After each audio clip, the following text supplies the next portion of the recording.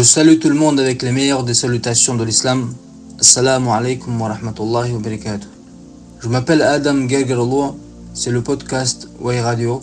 Et aujourd'hui, je souhaite m'adresser aux Tchétchènes et aussi en particulier à la jeunesse caucasienne en France. La raison en était une vague d'aggravation et de nettoyage. Quand nous voyons l'insécurité croissante pour les réfugiés, nous annonçons cela. Nous réagissons d'une manière douloureuse aux critiques. Nous exigeons que nos droits soient respectés. Nous sommes prêts à poursuivre devant les tribunaux pour n'importe quelle raison.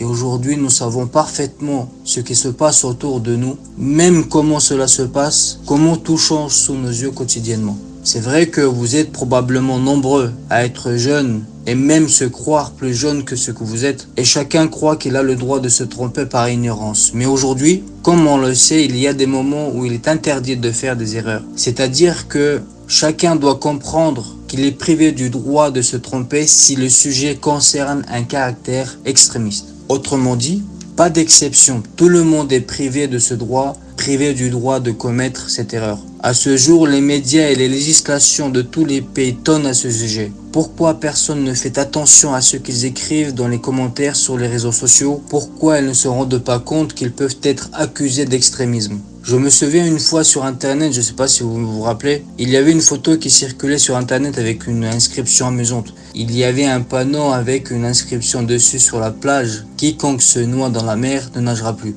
Pourquoi il est impossible de comprendre, vivant dans ce pays, ce qui est possible et ce qui ne l'est pas. Et qu'on ne peut pas écrire et dire tout ce qui nous vient à l'esprit sur internet. Sachant que cela contredit l'idéologie de ce pays, sachant qu'on peut être poursuivi. Il est grand temps de comprendre que ce ne sont pas des jeux. Ce n'est pas un jeu de guerre ou des chars sur des réseaux sociaux. Pourquoi ne pensez-vous pas à vous et à vos parents avant de laisser un quelconque commentaire sur internet? Pourquoi ne pas vous diriger dans la bonne direction vous-même et votre énergie? Cet appel ne concerne pas à ceux qui prennent soin d'eux, ceux qui pensent à ce qu'ils font, ceux qui se contrôlent et contrôlent leur famille, qui s'occupent de leurs affaires et qui travaillent. Cet appel concerne au contraire ceux qui connaissent les conséquences et pourtant courent à leur rencontre. Après tout, ce sont vos pères, vos mères, vos proches qui souffrent de désespoir, sans même savoir comment vous venir en aide. Même les avocats sont impuissants dans certaines situations. À plusieurs reprises, nos anciens, nos présidents et les membres des associations de la communauté tchétchène ont pris la parole lors de rassemblements, de divers événements.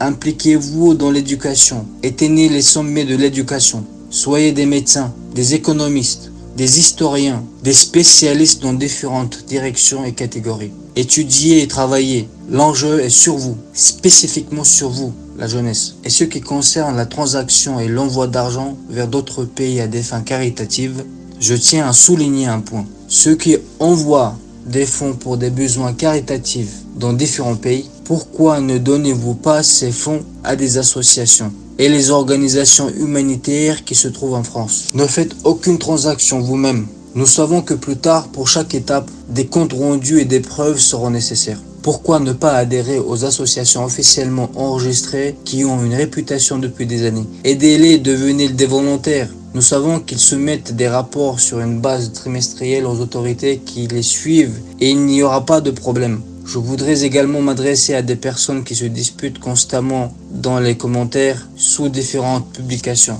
Il y a aussi des publications provocateurs qui séparent constamment les gens sur des différents sujets. Il y a toutes sortes de sujets. Je ne prends pas parti, je le répète. Je ne dis pas cela pour créer des disputes. Je le dis dans le but d'unir le peuple dans son ensemble. Arrêtez de vous disputer sur ces réseaux sociaux dans des situations où votre parole ne sera pas entendue et n'aura aucun poids. Cela n'a pas de sens. Et arrêtez de vous disputer sur des problèmes nationaux et de tape, des clans. Nous avons des historiens réputés à qui vous pouvez demander et ils se feront un plaisir de vous expliquer et de vous dire toute la vérité en détail et bien plus. Arrêtez de vous battre pour des questions religieuses. Si vous n'avez pas vous-même le niveau de connaissance requis, allez demander aux savants. Ils sont disponibles aujourd'hui. Nous sommes au 21e siècle. Nous avons de la haute technologie. Internet est là. Assez entendu sur YouTube et passé par des forums, certaines personnes sont devenues folles. Certains sous forme de cheikh, d'autres sous forme d'académiciens, d'autres encore sous forme de professeurs, d'avocats, Et ceux qui ont étudié pendant des années, ils n'ont rien à faire eux. Ils sont stupides. Quand vous pouvez lire sur internet, ils ont couru pendant des années comme s'ils étaient échaudés, n'est-ce pas? L'information sur internet nous est donnée pour la réflexion. Il nous est donné afin de pousser dans la bonne direction, apprendre où chercher la vérité. Non pas pour les disputes et les querelles entre nous. Mais enfin, y a-t-il vraiment rien à faire de mieux au final?